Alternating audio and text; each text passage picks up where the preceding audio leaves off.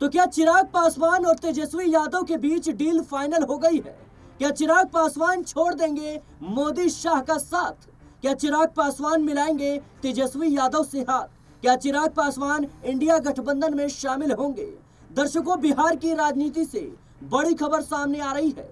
जहां एक तरफ चिराग पासवान बिहार चुनाव में एंट्री की बात करते हैं, तो वहीं दूसरी तरफ देखा जाए तो उन्होंने नीतीश सरकार के खिलाफ बड़ा ऐलान कर दिया है।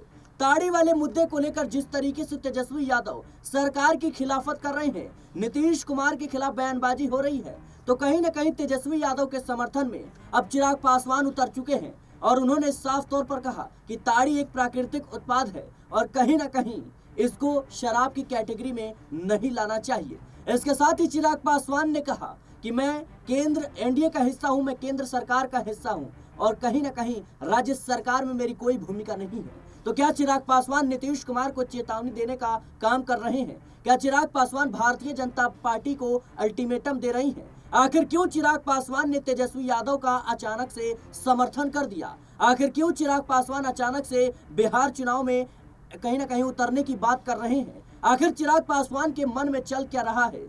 दर्शकों, इस खास मुद्दे पर बातचीत करने के लिए हमारे साथ अमन सर मौजूद हैं। सर, जिस तरीके से चिराग पासवान कई मुद्दों को लेकर अपनी ही सरकार की खिलाफत करते हुए नजर आए हैं, चाहे वो बिहार को विशेष राज्य का दर्जा दिलाने की बात हो, या फिर आरक्षण की बात हो, अंबेडकर विवाद को लेकर बात हो, मुस्लिमों की बात हो, या फिर अब जिस तरीके से ताड़ी वाले मुद्दे को लेकर साफ तौर पर उन्होंने कहा, तेजस्वी यादव का समर्थन किया। इसके साथ ही उन्होंने कहा कि मैं एनडीए का हिस्सा हूं, मैं राज्य सरकार का हिस्सा नहीं हूं, मैं केंद्र सरकार का हिस्सा हूं। क्या लगता है आपको कि कहीं ना कहीं उन्होंने बगावत का ऐलान कर दिया है? देखिए, बिल्कुल चुनाव से पहले लगातार एनडीए कुनबे के अंदर जिस तरह की स्थिति बन रही है, वो ये जरूर कहीं ना कहीं बयां कर रही है कि क्या एनडीए के अंदर सब कुछ ठीक ठाक है, क्या एनडीए के जितने भी दल हैं एक साथ चलना चाहते हैं, ये अपने आप में बड़ा सवाल बन जाता है। आपने चिराग पासवान का जिक्र किया, देखिए पहले भी उनकी जो बयान रहे हैं, उनकी जो बातें रही हैं, वो ऐसा लगा है कि वो पूरी तरह से एनडीए कुनबे के अंदर तो हैं, लेकिन पूरी तरह से उनके समर्थन में नहीं है। और यही बात बारंबार निकलकर सामने आती है कि क्या चिराग पासवान अब बीजेपी या एनडीए कुनबे से अलग होना चाहते हैं, एनडीए गुट से बाहर जाना चाहते हैं। दो तीन बातें मोटी मोटी इसमें रहेंगी। आपको याद होगा कि बीते दिनों जब एक टीवी शो के दौरान उनसे पूछा गया कि भाई आपके साथ में जो पार्टी है या आपके कुनबे की जो बड़ी पार्टी है बीजेपी, वो धर्म आधारित राजनीति करती है, आप क्या कहना चाहोगे? उन्होंने कहा कि ये सब बातें मुझसे मत करिए, हमारा देश बहुत सारे प्रॉब्लम संकट से जूझ रहा है, हमें कैसे आगे बढ़ना है, कैसे आगे नहीं बढ़ना है। अगर मान लीजिए कोई आधा घंटे के लिए नमाज सड़क पे पढ़ भी लेता है तो इससे कोई फर्क नहीं पड़ता। तो एकदम से उन्होंने बीजेपी के खिलाफ ये लाइन लेते हुए नजर आए। जरा आप देखिए, कुछ दिनों पहले जब पहलगांव में हमला होता है, जी बिल्कुल, पीएम मोदी कह सकते हैं सऊदी अरेबिया का दौरा छोड़कर तुरंत देश लौट आते हैं। उसके बाद हर कोई ये उम्मीद कर रहा था कि शायद वो पहलगाम जाएंगे, लेकिन वो बिहार की जो एक रैली होती है वहां पर पहुंचते हैं मधुबनी में 24 तारीख को, और उस मंच के ऊपर एनडीए कुनबे के सब लगभग लोग मौजूद थे। यहाँ तक कि उपेंद्र कुशवाहा भी थे, जितन मांझी भी थे और चिराग पासवान भी थे। लेकिन आपने अगर गौर किया हो, वहां पर अगर बोलने का मौका मिला तो सिर्फ जेडीयू के दो नेताओं को, यानी कि मुख्यमंत्री नीतीश कुमार और एक ललन सिंह, चिराग पासवान मंच पे बैठे रह गए। उनसे ना तो किसी ने बोलने के लिए कहा और ना वो बोलने के लिए खड़े हुए। तो ये दर्शाता है कि क्या यहाँ पर एनडीए का जो दल है, क्या उनमें अब टूट पड़ती हुई नजर आ रही है? एक बस लास्ट बात मैं कह रहा हूँ कि जो आपने ये आखिरी बात जो कही है, ताड़ी का जिक्र आपने किया, देखिए जिस तरह से चिराग पासवान ने कुछ दिनों पहले भी ये बात कही थी कि मेरा प्रदेश मुझको बुला रहा है, और आपने जो बात कही कि वो केंद्र की राजनीति करते हैं, लेकिन यहाँ पर कुछ दिनों पहले उन्होंने ये बात कही थी कि मेरा प्रदेश मुझको बुला रहा है। उस बात के अंदर बहुत सारे सेंस थे। उसी जवाब जब ये बात चिराग पासवान ने कही थी, तो उसके पलटवार में जितन राम मांझी ने क्या कहा था कि भाई बिहार के अंदर सीएम की कोई वैकेंसी नहीं है। चिराग पासवान ने जो बात कही है उसका कोई आधार नहीं है।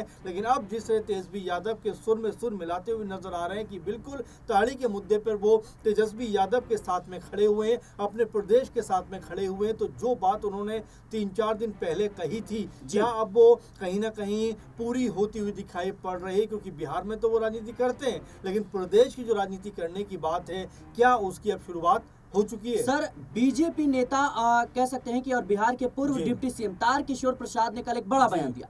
उन्होंने कहा कि एनडीए के दरवाजे पशुपति पारस के लिए खुले हैं, मुकेश सहनी के लिए खुले हैं और एनडीए महासागर है, जो इसमें आता है डुबकी लगाना चाहता है लगा जी। सकता है। पशुपति कुमार पारस का हमेशा से भारतीय जनता पार्टी ने साथ दिया है और हम सम्मान करते हैं। क्या लगता है आपको कि पशुपति पारस को दावत देना, शामिल होने का गठबंधन में चिराग पासवान को कहीं ना कहीं चेतावनी देने की बात है? बिल्कुल, इसमें स्पष्ट रूप से दिखाई पड़ता है कि 2020 में जब पार्टी दो हिस्सों में बटी, यानी कि पशुपति पारस ने जो चिराग पासवान के चाचा हैं उन्होंने पार्टी के ऊपर कब्जा किया, तो एकमात्र जो सांसद थे वो खुद जो चिराग पासवान है वो रह जाते हैं और 6 में से 5 सांसद जो हैं वो पशुपति पारस के पास पहुंच जाते हैं। इसके बाद पूरा खेल आप देखिए कि पशुपति पारस जो है वो इस दल के साथ में एनडीए को समर्थन करते हैं और यहाँ पर एनडीए भी उनको मंत्री बनाता हुआ दिखाई पड़ता है। लेकिन 2024 आते आते जो समीकरण है वो एक अलग दिशा लेते हुए दिखाई पड़ते हैं, क्योंकि यहाँ बीजेपी ने एक बार फिर बड़ा खेल खेलते हुए, सियासी दाव आजमाते हुए चिराग पासवान से कहा कि भाई 5 सीटों पर आप चुनाव लड़िए और पशुपति पारस को एक भी सीट नहीं दी। ये बीजेपी है जो लगातार राजनीति का खेल करती हुई नजर आती है। अब जिस तरह से आप बयान की बात करें कि बीजेपी की तरफ से हमेशा ये सोचा जाता है कि जो बड़ी बड़ी पार्टियां हैं उनकी ताकत कैसे खत्म की जाए, कैसे कमजोर किया जाए। आप देखिए खुद एलजेपी की बात करें तो बड़ी ताकतवर पार्टी नजर आती है, लेकिन बीजेपी ने जिस तरह से 2 हिस्सों में बांट दिया वो अपने आप में चाचा भतीजे की लड़ाई में तब्दील हो गया। आप महाराष्ट्र पहुंचिए, जिस तरह से आप देख रहे हैं शरद पवार और अजीत पवार के बीच में पार्टी बंटवारा हो गया, वो कहीं ना कहीं आपस में टकराते हुए नजर आते हैं। आप देखिए शिवसेना जो सबसे मजबूत पार्टियों में एक मानी जाती थी और तो और की हिंदुत्व की जो राजनीति है उसमें सबसे माहिर पार्टी मानी जाती थी, लेकिन सत्ता के मद में चूर बीजेपी ने उसको भी 2 हिस्सों में बांट दिया और ऐसा ही कुछ खेल कहीं अब बिहार में भी होता हुआ दिखाई ना पड़े, क्योंकि यहाँ पर पशुपति पारस हो, चिराग पासवान हो, क्या अगला नंबर कहीं जेडीयू का? सर, मेरा सवाल ये रहेगा कि क्या तेजस्वी यादव मुख्यमंत्री की कुर्सी चाहते हैं, यानी खुद ही वो इंडिया गठबंधन की तरफ से मुख्यमंत्री चेहरा घोषित हो चुके हैं? क्या चिराग पासवान अगर इंडिया गठबंधन में शामिल होते हैं तो उन्हें डिप्टी सीएम का जो ऑफर है वो कहीं ना कहीं मिल सकता है? देखिए बिल्कुल, और इसमें मेरे ख्याल से सोचने की बात भी नहीं होनी चाहिए। अगर चिराग पासवान आते हैं और यहाँ अगर इंडिया गठबंधन में वो शामिल हो जाते हैं तो एक बड़े लेवल पे कहीं ना कहीं जो अंतर है वो दिखाई पड़ेगा एनडीए वर्सेस इंडिया के बीच में, क्योंकि इंडिया कुनबे में अगर आप देखेंगे तो यहाँ कांग्रेस पार्टी भी है, यहाँ तेजस्वी भी है, यहाँ पर आपको मुकेश सहनी नजर आएंगे, वामदल यहाँ पे नजर आएंगे। अगर चिराग पासवान साथ में शामिल हो जाते हैं तो ताकत जो है वो दोगुनी होती हुई नजर आएगी। इसी बात को लेकर बीजेपी के अंदर भी खलबली है कि भाई अगर चिराग पासवान चले जाते हैं तो क्या पशुपति पारस उनका बैकअप हो सकते हैं, जबकि पशुपति पारस भी ये बात कह रहे हैं कि भाई मैं अब बीजेपी के अंदर या एनडीए में नहीं जाऊंगा, मैं उनसे अलग हो चुका हूं। लेकिन एक संभावना के तौर पर भी देखा जाए तो ऐसा लगता है कि अब पशुपति पारस जो राजनीति है वो लगभग अब अंतिम पायदान पर आकर खड़ी हो गई है। तो ऐसे में चिराग पासवान जिस तरफ जाएंगे उस तरफ कहीं ना कहीं राजनीतिक इम्पैक्ट क्रिएट करते हुए दिखाई पड़ेंगे। और जो बात आप कह रहे हैं कि क्या वो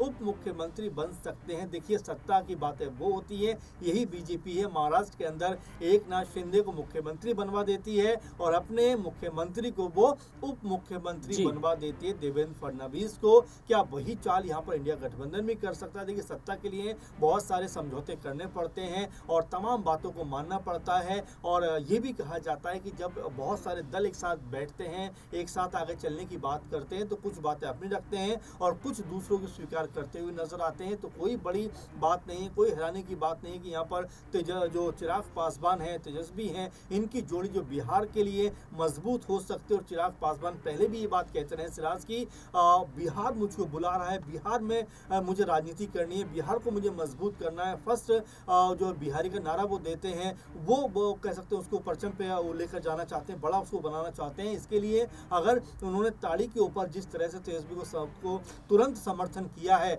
तो क्या आने वाले ऐसे मुद्दे होंगे जहां पर तेजस्वी लगातार बिहार को मजबूत करने की बात करते हैं?